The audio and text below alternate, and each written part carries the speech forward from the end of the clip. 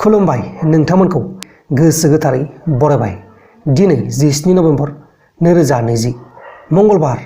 फैदो माखासे मोजां गाज्रि आरो फिसा गेदेर खौरांफोरखौ फारि फारि मिथिनानै लानि।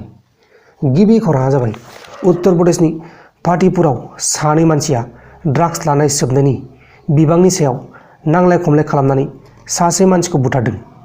बुथारजानाय मानसिखौ शिबु होननानै फोसावनाय जादों आरो बुथारग्राफोरखौ मुस्ताक आरो सामिर होननानै फोसावनाय जादों। दा बिसोर मुस्ताक आरो सामिरखौ पुलिसफोरा एरेस्ट खालामबाय आरो बिसोरखौ दा जोबथेसालियाव लांनाय जाबाय। लोगोसे नागालेन्डआ आसामनि हा सिख'नायखौ बन्द खालामाब्ला रांखान्थियारि सोमोन्दो लाखिनायखौ बन्द खालामगोन होननानै आसुआ बुंदों। गुबुन फारसेथिं 1971 मायथाइनि बांलादेश लिबारेशन वारआव बाहायजानाय गंनै टेंकखौ पोस्ट अफिस चाउमहानि ओनसोलनि आगरतलानिफ्राय लिसु बागान ओनसोलनि आलब्रेट इक्का पार्कसिम लाबोनाय जाबाय होननानै खौराङाव फोसावनाय जादों। दानिया फैदो गुबुन खौराङाव। गुबुन खौराङा जाबाय आसाम शिबसागर जिल्लानि दिममुगाव सानै बिदा फंबाय जामिरुल हुसैन आरो सारिफुल हुसैना गावसानि न' बारियाव थानाय थाइजौ बिफां सिङाव कुबेरनि बेसेन गोनां मुवा फबनाय मोनगोननि आसा खालामना साब्रै उन्दै हौवासा गथ'खौ बोलि होनो नागिरनायनि दायाव पुलिसजों एरेस्ट खालामजादों। बोलि होजानाय साब्रै हौवासा गथ'फोरनि गेजेराव गावसोरनिबो फिसाज्ला दंमोन होननानै खौराङाव फोसावनाय जादों। बिसोरो बे खामानिखौ मावनो आगान सुरो जेब्ला बिसोरखौ मरान आरो शिबसागर सनारियाव नायखांनायाव बे खामानिखौ मावनो थिनो। बे सानै बिदा फंबायजों लोगोसे बिसोरनिनो बिनानाव आयशा बेगमाबो बे दायाव हमजाफानाय जादों।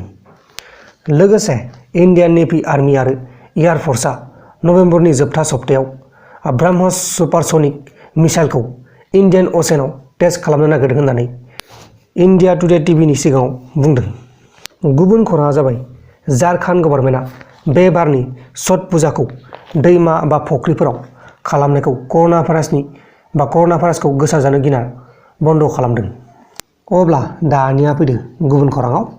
गुबुन खौराङा जाबाय बाक्सा जिल्लानि बरबरि पुलिस थानानि सिङाव थानाय बागानपारा बिडिसि बियाबनि मैथाबारि ओनसोलाव हाथियार बोखांना मोनदों। बे हाथियारा सोरनि बेखौ दासिमबो बेनि जेबो गुमुर मोननाय जायाखै।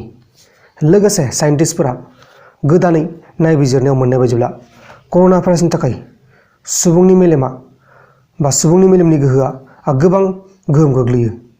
सुबुंनि रंजानाय बाजानाय गोसोआ 5 बोसोरसिम खमायलांनो हमो होननानै साइन्टिस्टफोरा बुंदों। अब्ला दानिया फैदो जोबथारनाय खौराङाव। जोबथारनाय खौराङानो जाहैबाय UPPLनि गामसा गाननायखौ BPFआ सोलोंदों। बिथां प्रमद बर'आ बुंनाय बायदिब्ला बिथां हाग्रामा महिलारिया गावसोरनि गामसा गाननायखौ नुनानै सोलोंदों। लोगोफोर, दिनैनि फुंबिलिनि रादाबफोरा बेखिनिल'मोन। जुदि नोंथांमोना आंनि बे भिडिअखौ मोजां मोनदों अब्ला भिडिअखौ शेयार खालाम। नोंथांनि लोगोनो वाट्सएपआवनो जा फेसबुकआवनो जा जेरावबो जेखिबो शेयार खालाम। बाय बाय।